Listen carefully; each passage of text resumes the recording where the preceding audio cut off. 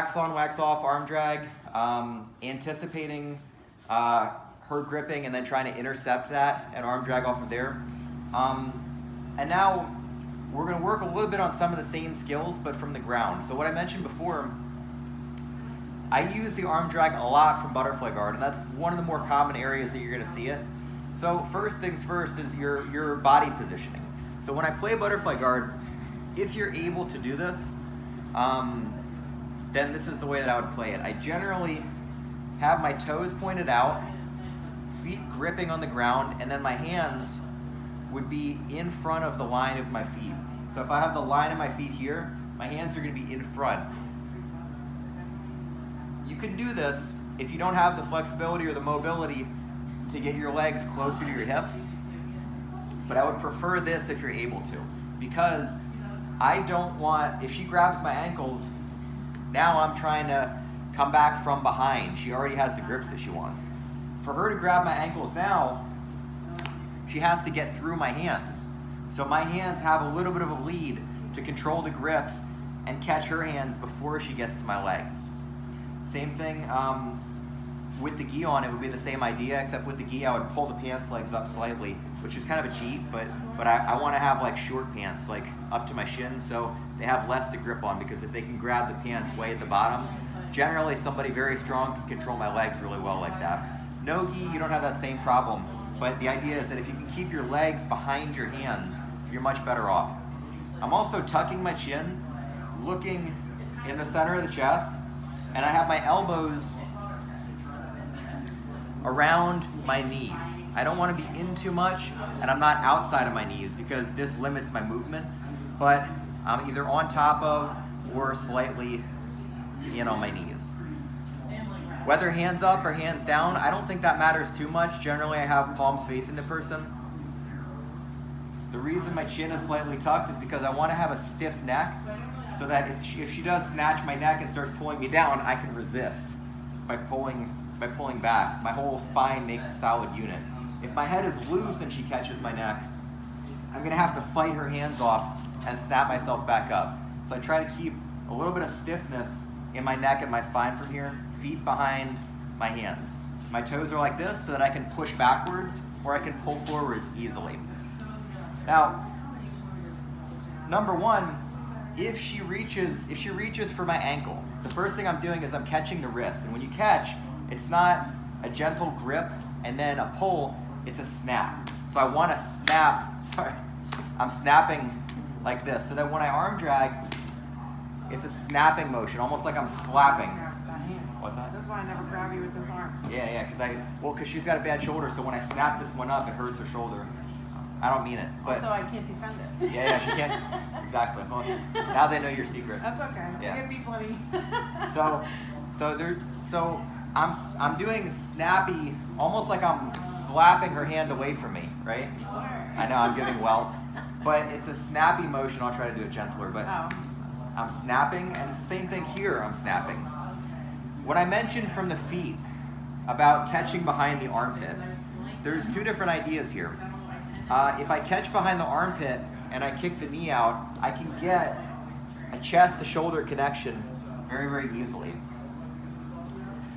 If I'm going with somebody super, super jacked, right, who has a really, really strong, who's swole, I'll do things sometimes a little differently, because if I grab here and I don't get the timing right, they can still pull back. Yeah.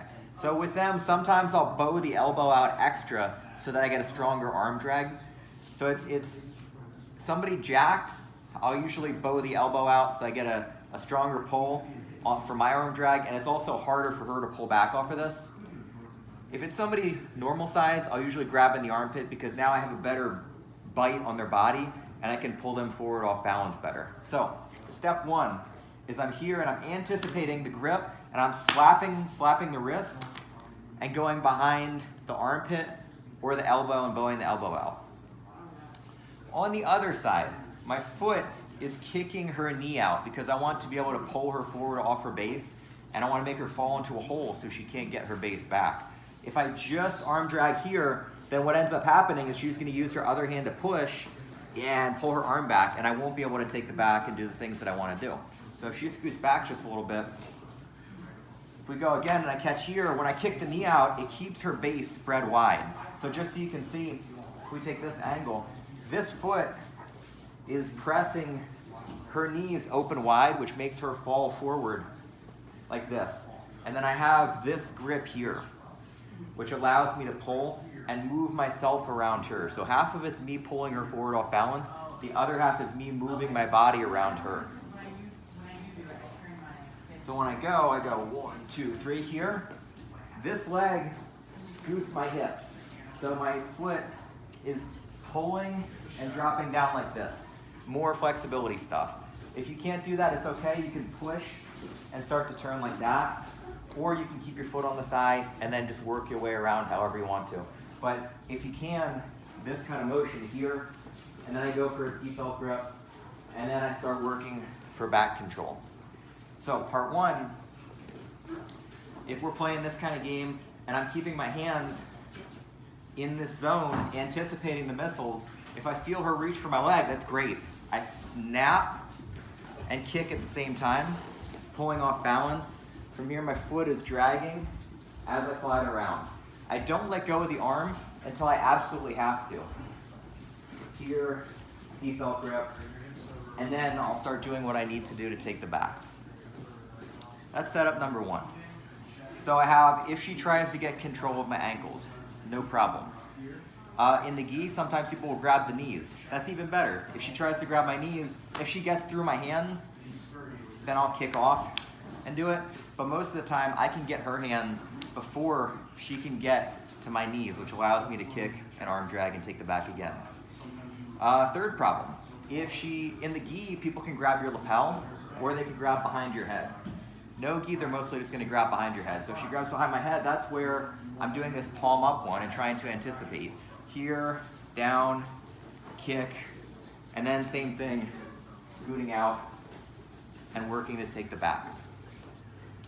So if I do the other side here, so you reach up here, here, I'll do it slow. Here, kick, wrapping through the armpit, and then as I get up here and here, I'm getting a seatbelt grip. And then from this position to actually complete the back take, there's a series of stuff that we'll do in the third and final video. So now we have basics. Ankles, if she grabs my knee, same problem. It's always snappy. If she grabs here, I anticipate here, drag and take the back. Kicking the knee out to knock the person forward off balance. The last point that I wanted to mention about this is that the timing is super important for this. So when you do this, that's the reason that I have my toes splayed out is so I can control the distance, which is what I'm gonna go to in the next video, because I don't wanna make this particular one.